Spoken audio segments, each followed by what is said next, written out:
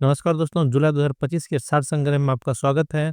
यह प्रतियोगिता दर्पण के सार संग्रह का दूसरा वीडियो है। यह जीवाश्म ईंधन से उत्पन्न होता है तथा जल के साथ अभिक्रिया कर अम्ल वर्षा करता है। वह है SO2 यानी सल्फर डाइऑक्साइड। सल्फर डाइऑक्साइड क्या करता है, जलवाष्प से वातावरण में अभिक्रिया करता है, उसके बाद H2SO4 बनाता है जो कि है एसिड रेन। अगला सवाल है, यह कार्बन युक्त यौगिक के अधूरे दहन से प्राप्त एक उत्पाद है। ध्यान रखिए क्या है ये, अधूरे दहन। और अधूरे दहन से क्या निकलता है, वो है कार्बन मोनोऑक्साइड यानी CO। और कार्बन मोनोऑक्साइड काफी विषैली और काफी खतरनाक है। जब कार्बन मोनोऑक्साइड हमारे बॉडी में जाती है तो यह हीमोग्लोबिन से मिलकर बॉडी में ऑक्सीजन की परिवहन को रोकता है, जिससे मृत्यु हो सकती है आदमी की। तो यह काफी खतरनाक और विषैली गैस है। अगला सवाल है, यह जल एवं स्वच्छता क्षेत्र में कार्य करने के लिए सूक्ष्म वित्त साधनों को लागू करता है। वह है वाटर क्रेडिट। यह एक भौगोलिक क्षेत्र होता है जहां वर्षा का जल एक ही स्रोत में बहता है, जैसे नदी, तालाब आदि। जल संरक्षण, भूजल रिचार्ज, जैविक खेती और जल प्रबंधन से संबंधित योजनाओं का यह हिस्सा है। अगला सवाल है, कौन सा अधिनियम केंद्र सरकार को अपशिष्टों और प्रदूषकों के लिए अनुमेय सीमा निर्धारण करने के सीसा संदूषण को विनियमित करने का अधिकार देता है? यह है पर्यावरण संरक्षण अधिनियम 1986। और इसकी स्थापना भोपाल त्रासदी के बाद की गई, जैसे कि एक मानक तय किया जाना चाहिए प्रदूषण का, इससे ज्यादा प्रदूषण आप नहीं कर सकते हैं। अगला सवाल है, प्रतिवर्ष किस दिन अंतर्राष्ट्रीय वन दिवस मनाया जाता है? वह है 21 मार्च को प्रत्येक वर्ष अंतर्राष्ट्रीय वन दिवस मनाया जाता है। संयुक्त राष्ट्र संघ द्वारा घोषित महत्वपूर्ण दिनों में से एक है। अगला सवाल है, राष्ट्रीय जलवायु परिवर्तन अनुकूलन निधि NAFCC की स्थापना स्थापना की गई थी। तो स्थापना की गई थी 2015 ईस्वी को। और यह राज्यों के कृषि, जल, वन जैसे क्षेत्र में काफी मदद करने वाली योजना है।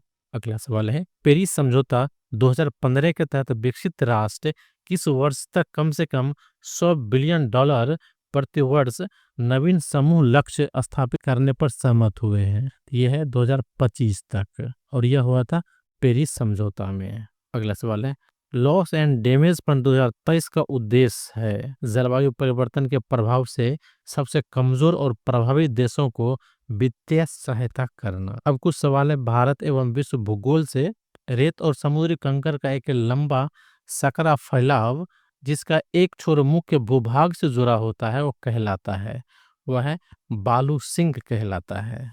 और यह लहरों और धाराओं के जमाव से बनती है। अगला सवाल है, किस वृक्ष का जड़ तंत्र लंबा, उथला, पत्तियों कांटेदार और शीर्ष चौड़ा होता है? वह है मेकेसिया वृक्ष। अगला सवाल देखते हैं, पैलजे, युबला, बिल्यारंध्र और घूलरंध्र में से कौन सी काट भू आकृति आकार में सबसे बड़ी है? वह है पैलजे। अगला सवाल है, पोर्ट ऑफ कॉल के रूप में जाना जाता है, वह है सिंगापुर। इसका अर्थ होता है जहाजों के ठहराव का प्रमुख बंदरगाह। और सिंगापुर एशिया का सबसे बड़ा ट्रांसिट पोर्ट है। अगला सवाल है, मिल्पा, लदांग, रोक्का, मिसोल किन देशों में झूम की खेती का नाम है? और क्रमशः किस खेती का है ये बताना है। तो मिल्पा है मेक्सिको की, लदांग है मलेशिया की, रोक्का है ब्राजील का, और मिसोल है जायरे का। अगला सवाल है, महोगनी किस वर्षा वन की इमारती लकड़ी की एक प्रजाति है? वह है उष्णकटिबंधीय वर्षा वन की। और यह लकड़ी मजबूत, टिकाऊ और कीट प्रतिरोधी होती है, जिससे फर्नीचर, बोट और म्यूजिक इंस्ट्रूमेंट बनते हैं। अगला सवाल है, पूर्व की ओर बहने वाले सबसे बड़ी प्रायद्वीपीय नदी है? वह है गोदावरी, जिसे दक्षिण भारत का गंगा भी कहा जाता है। ये महाराष्ट्र से निकलती है और ये आंध्र प्रदेश होते हुए बंगाल की खाड़ी में गिर जाती है। और इसकी जो लंबाई है वह है 1465 किलोमीटर। अगला सवाल है, कोपेन द्वारा किए गए भारत के जलवायु वर्गीकरण के अनुसार विशाल उत्तरी मैदान किसके द्वारा निरूपित है? वह है CWG जलवायु द्वारा निरूपित है। भारत में CWG जलवायु उष्णकटिबंधीय मानसून के अंतर्गत आता है। अब अगला सवाल है, जाम्बिया, जिम्बाब्वे, बोत्सवाना और नामीबिया में से किस देश की सीमा दक्षिण अफ्रीका के साथ साझा नहीं करती? वो है जाम्बिया की, क्योंकि यह एक अफ्रीका का अंतर्देशीय यानी लैंड लॉक देश है, जो कि दक्षिण अफ्रीका के निकट होते हुए भी किसी से सटा हुआ नहीं है। अगला सवाल है, ब्रोनियो, मेडागास्कर और सुमात्रा किस महासागर से संबंधित प्रमुख द्वीप है? तो यह है हिंद महासागर से, और यह प्रमुख जैव विविधता और समुद्री मार्गों की द्वीप में से एक है। अब कुछ सवाल भारतीय अर्थव्यवस्था से है, इसे भी देख लेते हैं। सवाल है, एमएसएमई से क्या तात्पर्य है? यह सूक्ष्म, लघु और मध्यम उद्यम को एमएसएमई कहते हैं, और इसे भारतीय अर्थव्यवस्था की रीढ़ मानी जाती है, और ये लगभग 11 करोड़ से अधिक लोगों को रोजगार देता है। जीडीपी में 30% से अधिक योगदान एमएसएमई का है।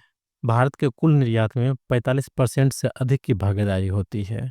अगला सवाल है, प्राकृतिक जनसंख्या परिवर्तन की गणना किस प्रकार की जाती है? जन्म दर में से मृत्यु दर को घटाकर।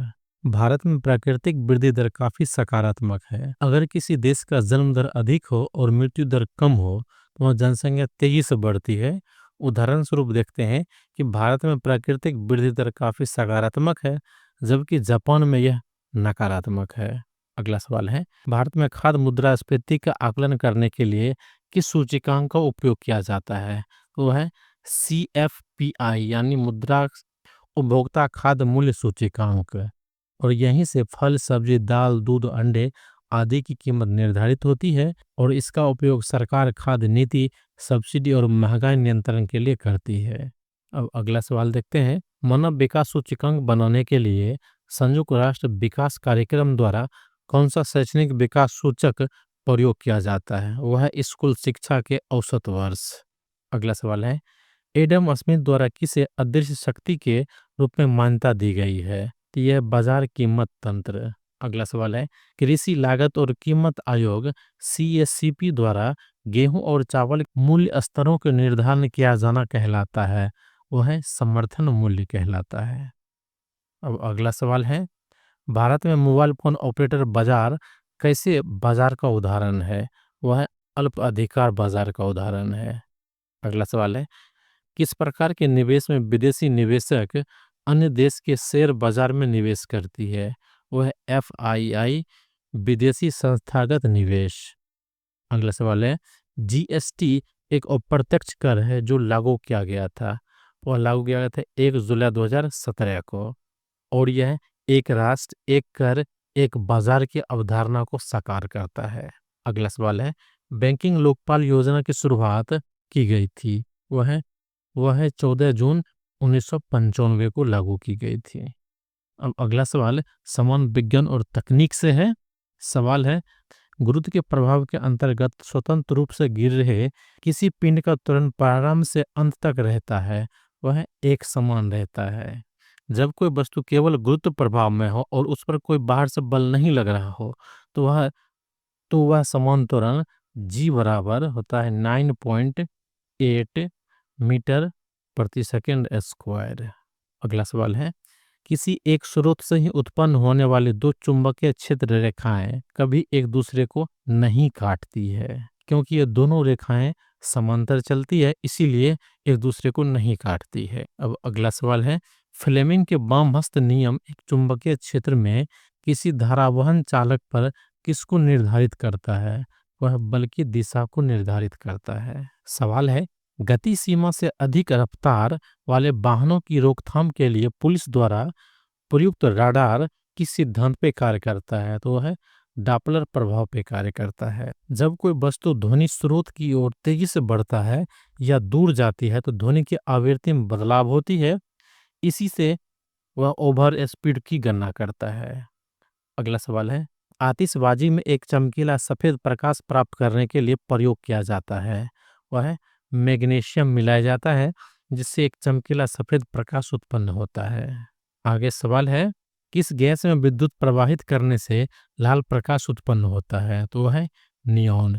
विद्युत प्रकाशीय उपकरण जैसे ट्यूब हो गया, इनसे लाल और नीली जो रोशनी निकलती है वह नियॉन के कारण ही निकलती है, और इसका प्रयोग साइन बोर्ड बनाने में, विज्ञापन में और सजावट की सामग्री बनाने में किया जाता है। अगला सवाल है, प्रकाश रासायनिक भूकोहरा फोटोकेमिकल स्मॉग का प्रमुख घटक है।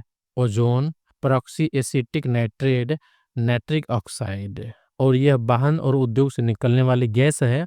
इससे श्वसन संबंधित रोग, आंख में जलन और वनस्पति को हानि होती है। अगला सवाल है, यूकेरियोटिक क्रोमेटिन किससे बना होता है? वह है डीएनए और प्रोटीन से बना होता है। अगला सवाल है, मनुष्य में श्वसन के समय गैसीय विनिमय का वास्तविक स्थान है, वह है कुपिका। कुपिका फेफड़े की एक सूक्ष्म थैली है जहां ऑक्सीजन रक्त में जाती है और कार्बन डाइऑक्साइड बनकर बाहर निकलती है, और इसे ही कहते हैं गैसीय विनिमय का वास्तविक स्थान। इसी तरह की इंपॉर्टेंट और ज्ञानवर्धक वीडियो के साथ हम मिलते रहेंगे। हमारे चैनल को लाइक कीजिए, शेयर कीजिए, सब्सक्राइब कीजिए।